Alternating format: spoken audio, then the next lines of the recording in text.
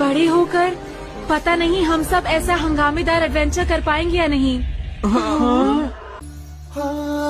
मातीचा या कणकण सांगतय,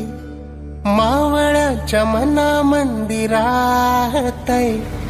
आमच्या या जीवाची आस आमचं राज, आभाळाला भिडला ह्यो झेंडा बघा आज, आभावरी कृपा करी